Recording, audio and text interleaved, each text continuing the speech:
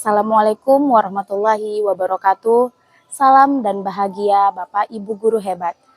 各位家人好，你们好吗？让我自我介绍一下，我的名字是Debbie Ramadanti SPD.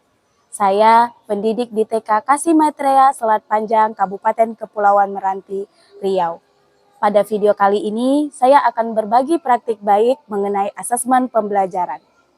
Adapun judul praktik baik yang saya lakukan adalah ide klasik dengan asik, yang merupakan akronim dari identifikasi kebutuhan belajar peserta didik dengan asesmen diagnostik. Untuk lebih lanjut, melihat seperti apa aksi nyata yang saya lakukan di sekolah, mari saksikan video berikut ini. Di tahun 2024 ini merupakan tahun ketiga saya bergabung di TK Kasih Maitreya. Sekolah yang berdiri sejak 16 Juli 2005 ini terus berupaya meningkatkan kualitas layanan pendidikan serta berupaya meningkatkan tumbuh kembang anak secara holistik integratif yang sesuai dengan tahap usia perkembangannya, minat, bakat, serta kreativitas anak. Mayoritas peserta didik di TK Kasih Maitreya beragama Buddha dan berasal dari suku Tionghoa.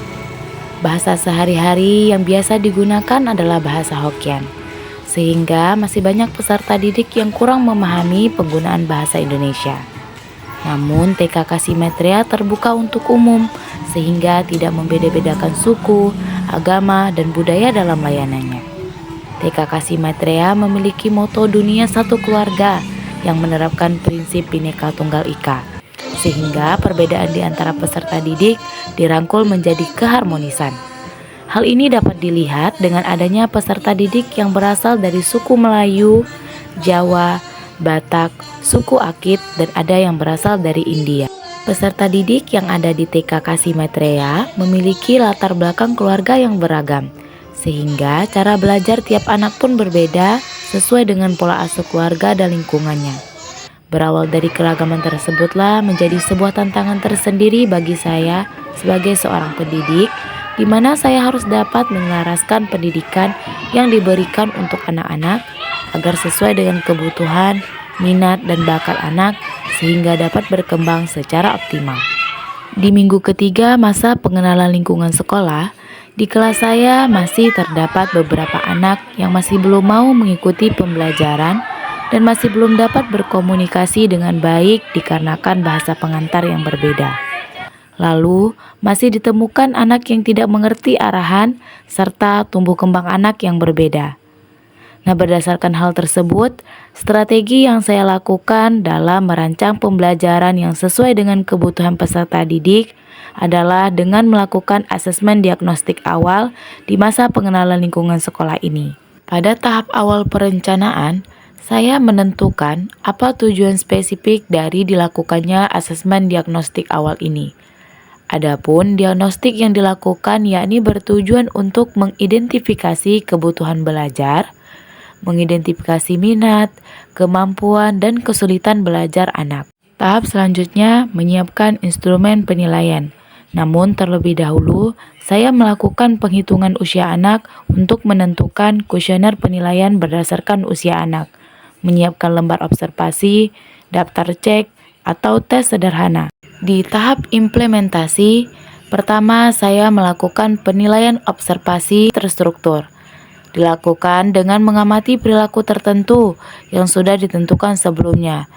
Misal, bagaimana anak menyelesaikan permainannya dan lain sebagainya. Selanjutnya, dengan menggunakan observasi naturalistik. Dilakukan dengan mengamati perilaku anak dalam situasi yang alami, misalnya saat anak bermain atau berinteraksi dengan teman-temannya. Penilaian ini dilakukan dengan mengisi berbagai kuesioner pertanyaan yang telah disiapkan berdasarkan penghitungan usia.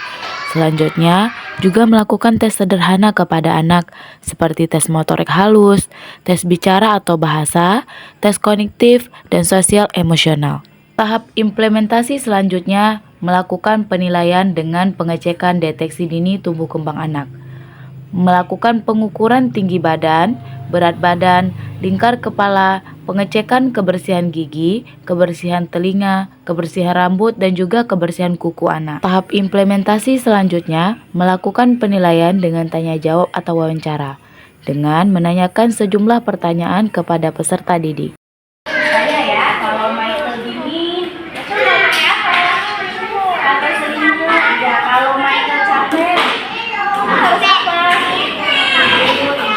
Kalau Michael ada lapar kan, mau apa? Makan. Terus kalau Michael ada haus, minum, pakai sekali. Tahap selanjutnya melakukan analisis data dengan cara mengumpulkan semua data yang telah diperoleh dari hasil observasi, DDTK, tes maupun wawancara, kemudian membandingkan hasil diagnostik dengan standar perkembangan anak usia dini untuk mengetahui apakah perkembangan anak sesuai dengan tahap usianya. Setelah menganalisis data yang didapat, selanjutnya saya melakukan intervensi data dengan cara membuat kesimpulan mengenai tingkat perkembangan anak secara keseluruhan.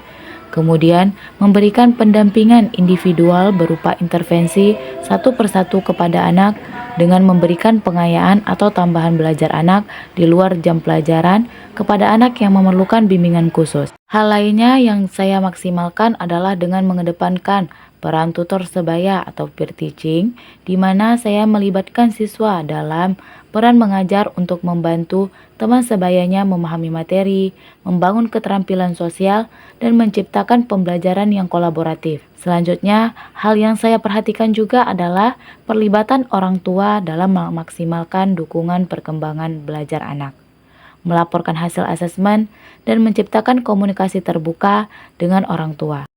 Halo, saya orang tuanya Erikson. Anak saya belajar di TKA Fortunet. Saya sangat senang sekali anak saya ada banyak perkembangan loh. Kemarin Miss Debbie ada kasih tambahan belajar kepada Erikson sehingga anak saya sekarang dapat mengikuti kegiatan belajar di kelas. Terima kasih Miss Debbie. Demikianlah praktik baik mengenai asesmen pembelajaran dapat saya ceritakan. Semoga dapat menginspirasi Bapak Ibu semuanya. Terima kasih atas segala perhatian. Wassalamualaikum warahmatullahi wabarakatuh. Cece.